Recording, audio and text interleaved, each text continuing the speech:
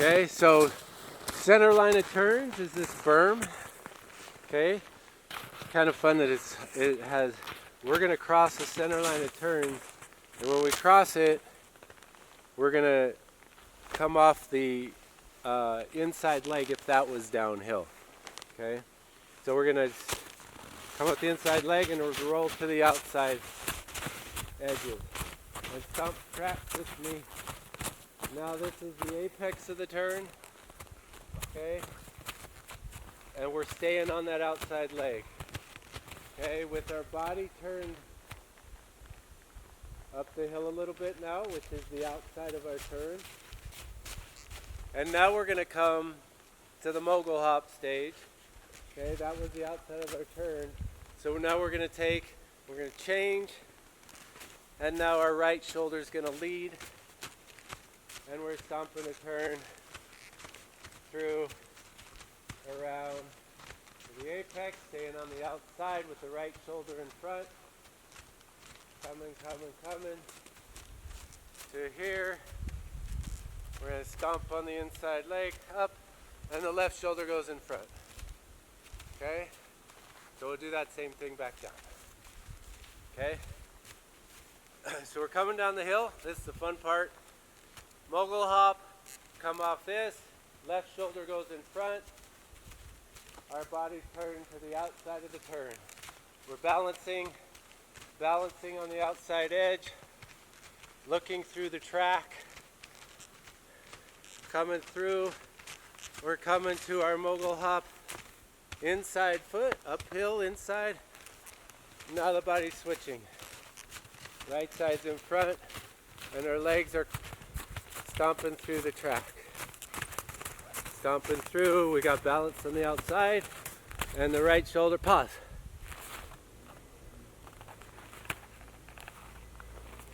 You get that? Coming through.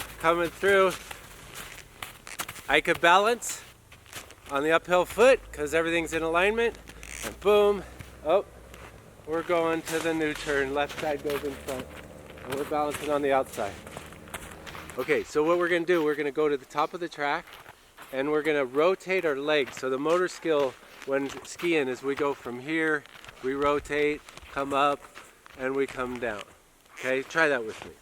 So in a turn, we're like this. We're finishing the turn. We're small, and we're on the downhill foot, right? Mm-hmm. Okay, so we're gonna come.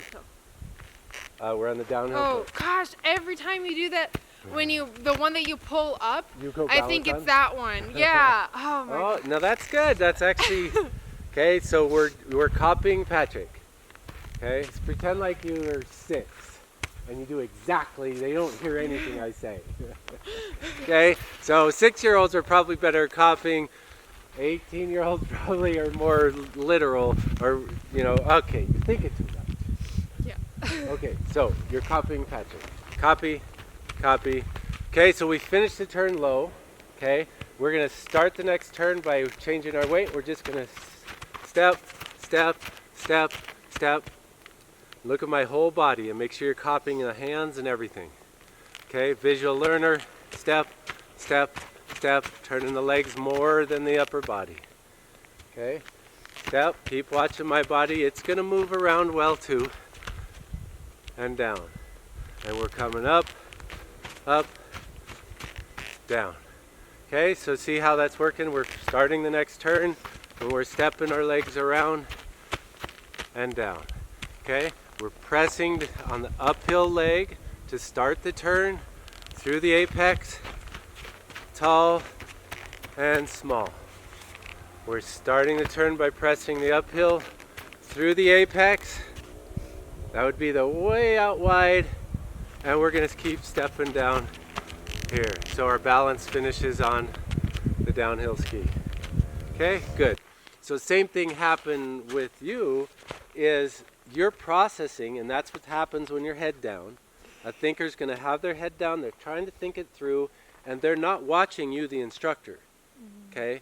And you need all 3 of those, whether you're a thinker or a feeler or a doer, a feeler, the body needs all 3 inputs. And so what happened is I made you start watching me like a 6-year-old, that all they can do is absorb, well, no, they can absorb other ways, but they are copycats. They like to copy. Just do what I do, and they'll do what I do. So by engaging that visual learner part that you have in you, then you and I solved that together, and you gave good feedback. Okay, so everything I was doing, and you didn't get video up there, we had stuff, and Skyly's been confused.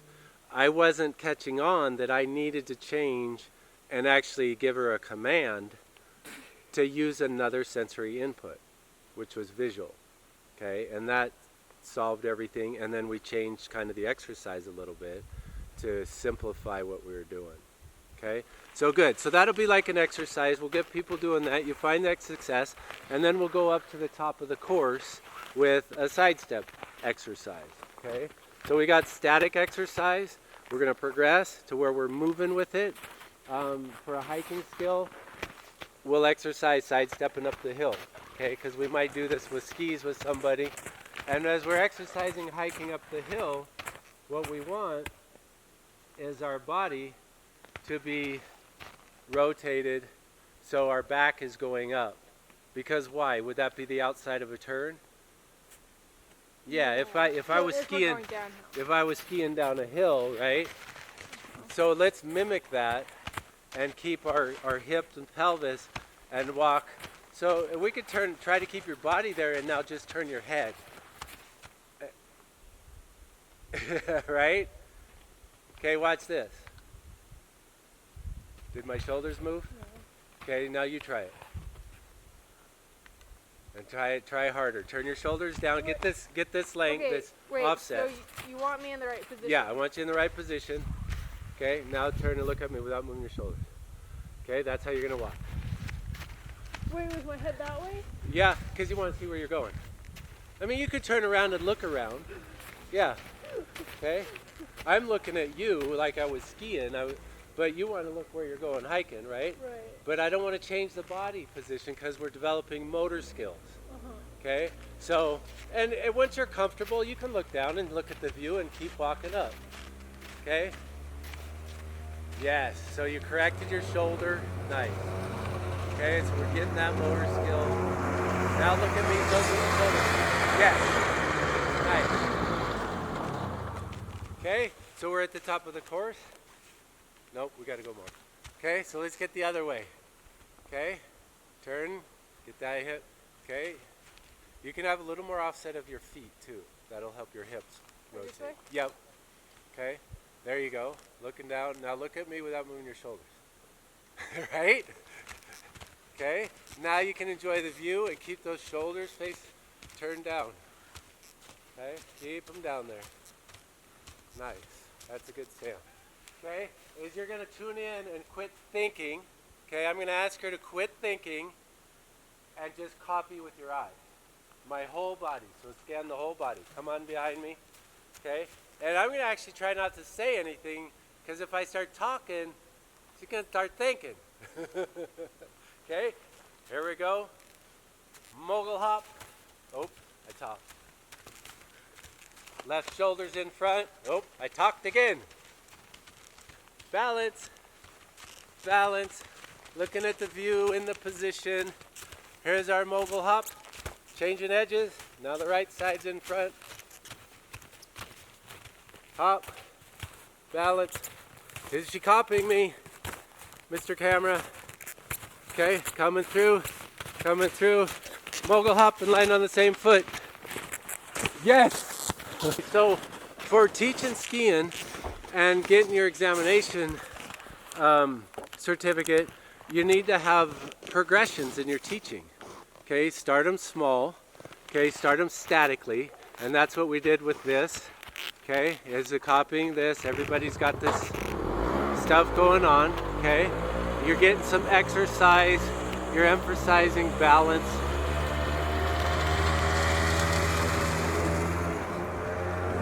You're emphasizing all the different components of skiing, rotation. You're balancing on the edge of the foot. You got pressure management, foot to foot pressure management. Okay, as you're coming down. Okay, and edging is their feet are tipped in their boot. as they're coming and doing these exercises. Pressure management, foot to foot, is that change, being tall to the apex and coming down small at the bottom. So you're exercising those things. So the progressions are from static to moving somewhere with it. Okay, so what we did is we created an exercise moving up the hill, exercising that rotation ability again, and then we moved through an S course progressively as a third stage of moving through the turn. Okay, so you want to do those kind of things. So this section of the exercise course would incorporate the components that we need for good teaching. Okay, we need a progression, static, something moving, maybe traversing across the hill, straight line stuff, and then build it into the whole turn, like we did here. Okay, good progression covering flexion and extension, rotary pressure and edging. Okay, we want this part of the course, the exercise, to cover those three things. And then the instructor needs to do the visual demonstration, speak what we're doing, have an understanding of pressure management, one foot to the other, edging the feet, and rotating the legs under the body. So the instructor has to give the cognitive input. And then we have other things that are super important for teaching skiing, is to recognize, like I missed, that Skyly needed me to make her focus with her eyes and learn with her eyes. Okay, because she's heavily balanced on processing and thinking. Okay, we need to pull them out, and so they experience visual learning and shut off the other ones at times. So visual learners, doer feelers, kinesthetics, and auditory, visual, kinesthetic. Okay, thinker, feeler, doers type things. Okay, so if we incorporate that into our teaching on these exercise courses, I think we'll have a really good a paradigm shift to learning to ski. And we can make it fun because we're actually skiing. We're just doing it on our boots. Okay, and we get the warm-up for the day. A little steeper, so a little more exercise. Okay, and we're trying to walk on the uphill edges of the feet with the body facing down the hill. Okay, and if we turn our shoulder to look where we're going, our head, we're not turning our shoulder. More, turn and rotate. There you go. More rotate. Really try to maximize how much can you do it in step sideways. And we're trying to feel pressure through the arch of the foot in each step. Arch of the foot in each step. Even if they're tiny little steps. Turn that shoulder. And falling into the hill is okay.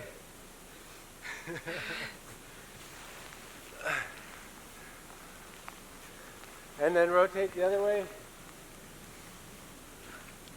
And upper body facing down the hill. Knees pointing to the side. And stepping up.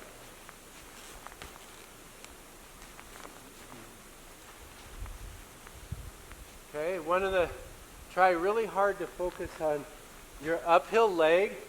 When you step in the uphill leg, right from there, grip that glute and hip muscle and everything to keep it over the top of the foot. Try not to let it go back. Keep that hip over the top of the foot. Okay, so when you're making that step, you're getting your hip way out over. It's not over the top. So if I were to go to balance, I can't balance. Okay? So with your hips aligned, you want to step right under your hip. That's in the rocks. Stepping right under the hip. So we'll do that exercise coming up. And then we'll do the same. So we've kind of skipped the static. We've done a movement in line. That step and side hill could be a little bit static. Progressing to the steep hill ski course again.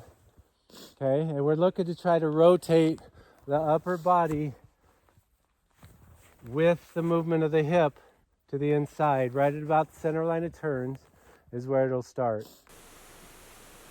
Head over the outside foot. Keep the head over the outside foot.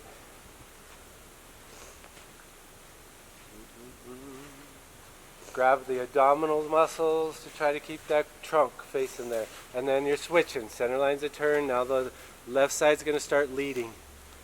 Okay, balancing on the outside foot. And try to step right over your arches. Not big steps. Stay right over your arches so you're always balanced. Coming to the center line and switching. Now you're switching. Right side's in front. Right side. There you go, and you're balancing, making this turn. Keeping that, use the abdominals. Keeping, and get ready, start pressuring the right leg. And so you can move and pivot off of that. Okay, and then keeping on, pressing the left leg, and moving so you can stay on that.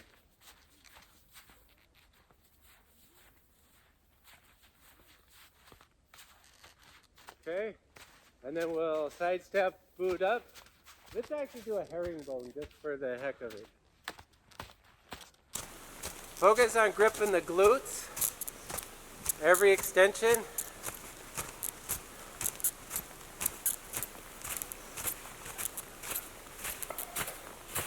And then when it gets really steep, we'll sidestep.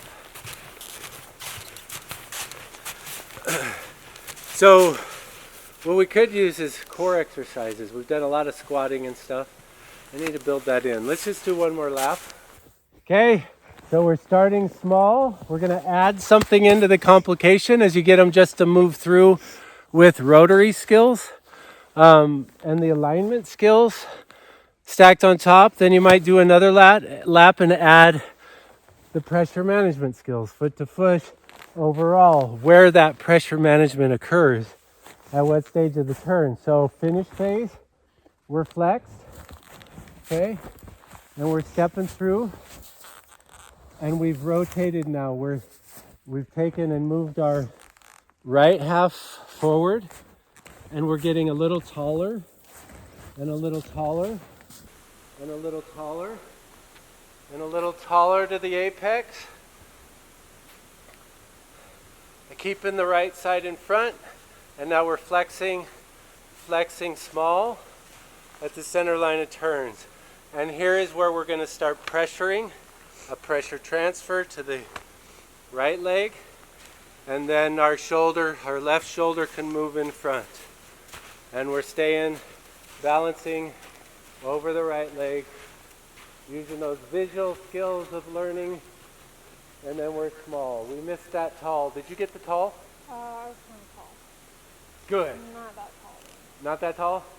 Okay, so we're small at the finish, and now we're starting to pressure transfer, and we're getting taller, gradually taller to the apex, and then staying on the outside foot with the right shoulder in front, smaller, pressure transfer at the center line of turns about, and we're going to start gradually getting taller as the left side comes forward on that right leg. Smaller at the finish. Change pressure. Rotate. Change pressure. Now we're getting taller. Keeping that left side in front. Nice and strong. And down. And small. And finish small. Looking down here. Okay, so good to be a leader in a demo. Sometimes you want to talk to an audio learner, visual audio kinesthetic. I found it's really helpful sometimes if you spot it, like you peek back and your student's like drifting off because she heard a mouse in the woods. Okay, then you can, sometimes audio commands from behind them can keep them focused and on task. So it depends. It works for adults sometimes too. Kids often. So now Skyly's going to lead the way, and I'm going to exercise her senses of kind of audio learning, except I've been talking the whole time. The difference is I can change my cues, what I'm saying, based on what I'm seeing. So we're audiovisual teachers as well. So I'm going to watch her go, and then my commands will completely change. Okay, because it'll show that she wasn't responding with what I was doing all the time. Okay, so this way we'll try to see if that type of instruction will help. Or the start phase, right? Nice. Okay, so we're crouched and then we're rotating. She's changing the pressure. So she's on early edge and she's keeping that right side in front all the way around, balancing on the left leg. Even in that, nice. Okay, now pause. Now we're getting small. Now we're getting small. Okay, small, and we're changing pressure. To move here. Okay, and now we're getting taller. Looking through the turn, staying tall, getting small, getting small, getting small. Now change pressure, and then we're coming this way. Nice, we're tall at the apex, and getting small, getting small. Oh, Huh? yeah, she changed hers, and that was early. Early. But okay, same concept. Pressure change, and now she's on her right leg. Nice. So a lot of different ways to go about it, rather than just going through a course and wondering how you're going to use up all your time, is use different teaching skills and tactics to help them work through it, okay? Because they haven't got it perfected. If they have it perfected, then move on to something else a little harder, which we might be doing. We'll build a course for that. There we go. Nice work.